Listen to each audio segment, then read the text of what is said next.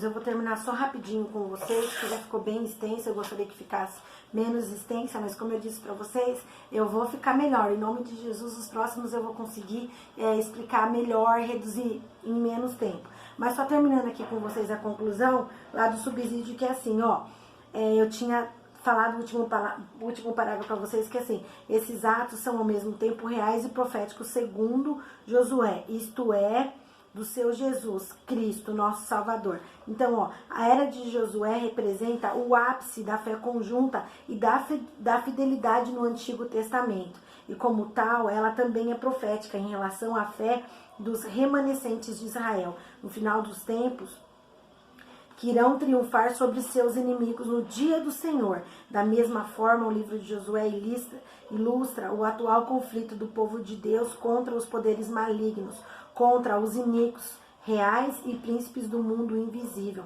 os governantes cósmicos dessa era de trevas, as hostes espirituais da maldade na esfera sobrenatural e contra o próprio Satanás, que está lá em Efésios 6, versículo de 6 ao 10 e do 10 a 18.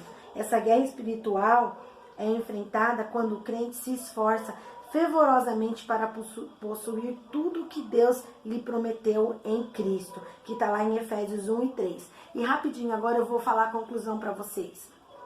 O livro de Josué retrata de forma empolgante a travessia do Jordão, as inúmeras batalhas que propiciaram aos hebreus tomarem posse da terra prometida, bem como a divisão da terra pelas tribos que conquistaram mediante a leitura do livro de Josué,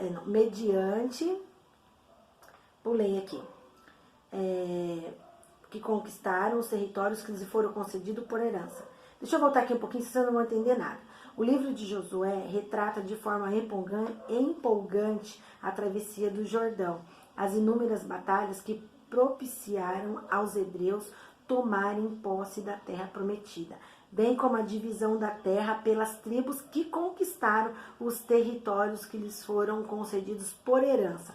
Podemos aprender, mediante a leitura do livro de Josué, o quanto é glorioso confiar em Deus e obedecer às suas ordenanças. Vou fazer lá rapidinho um comentário com vocês as perguntas, que nós vamos usar lá no final do bimestre, viu? Vou fazer bem rapidinho. Segundo a lição, em que data o livro de Josué foi escrito? Lá no comecinho da lição, tá? Segundo os estudiosos, foi escrito no ano de 1400 a.C. A segunda pergunta, quem é o autor de grande parte do livro de Josué? Josué mesmo, filho de Num, da tribo de Efraim, que escreveu quase a totalidade do livro, salvo o seu final, no qual se narra o seu falecimento. 3. Qual a largura e o comprimento da terra prometida? Lembra que eu falei lá com vocês que era um pouquinho chato, mas era necessário a gente conhecer, saber? A terra prometida tinha aproximadamente 290 quilômetros de comprimento por 65 quilômetros de largura. 4. Cite 3 fatos que atribuem o valor histórico ao livro de Josué.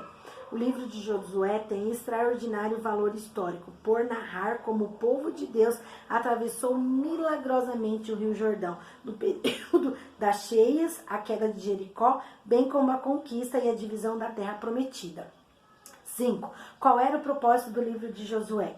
Josué, o escritor do livro, teve como objetivo apresentar uma visão do seu chamado, do milagre da travessia do Jordão, a devoção e obediência do povo, bem como das campanhas militares para conquistar a terra que Deus havia prometido. Amém? Meninos, eu só quero comentar com vocês aqui que eu ia falar para vocês o que significa a palavra admoestação. A palavra admoestação significa advertência leve ou benévola.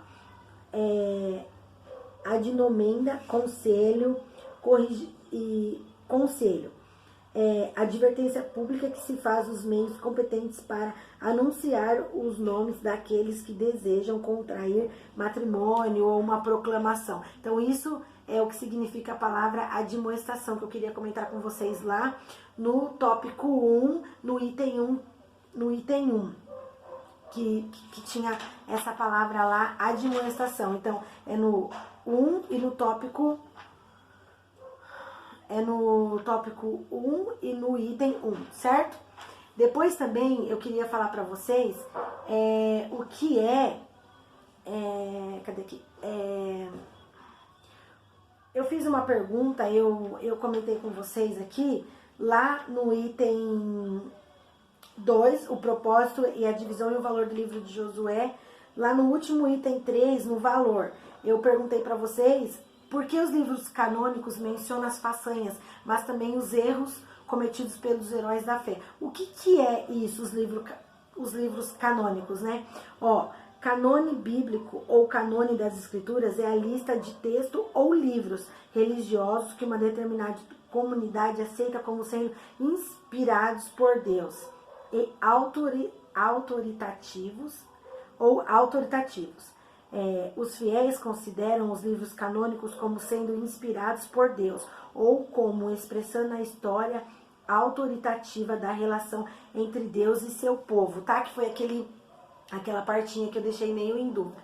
E corrigi lá também que eu falei para vocês no tópico 2, Salmos alguma coisa menos 44:3. Na verdade é Salmo 44, versículo 3. Eu havia lido errado.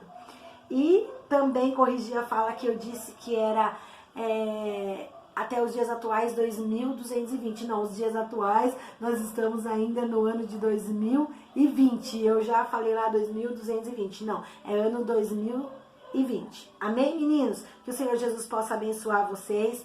Que essa lição fica registrada na mente, no coraçãozinho de vocês. Se vocês tiverem alguma dúvida, pode mandar mensaginha lá no WhatsApp, que nós vamos responder, eu e o Mateus, a pastora, quem precisar. Nós iremos responder para vocês. Que o Senhor Jesus continue abençoando a vida de vocês. E até a nossa próxima lição, que é a 2, que vamos colocar em ordem esses dias para a gente seguir certinho, tá bom? Deus abençoe. A paz do Senhor Jesus.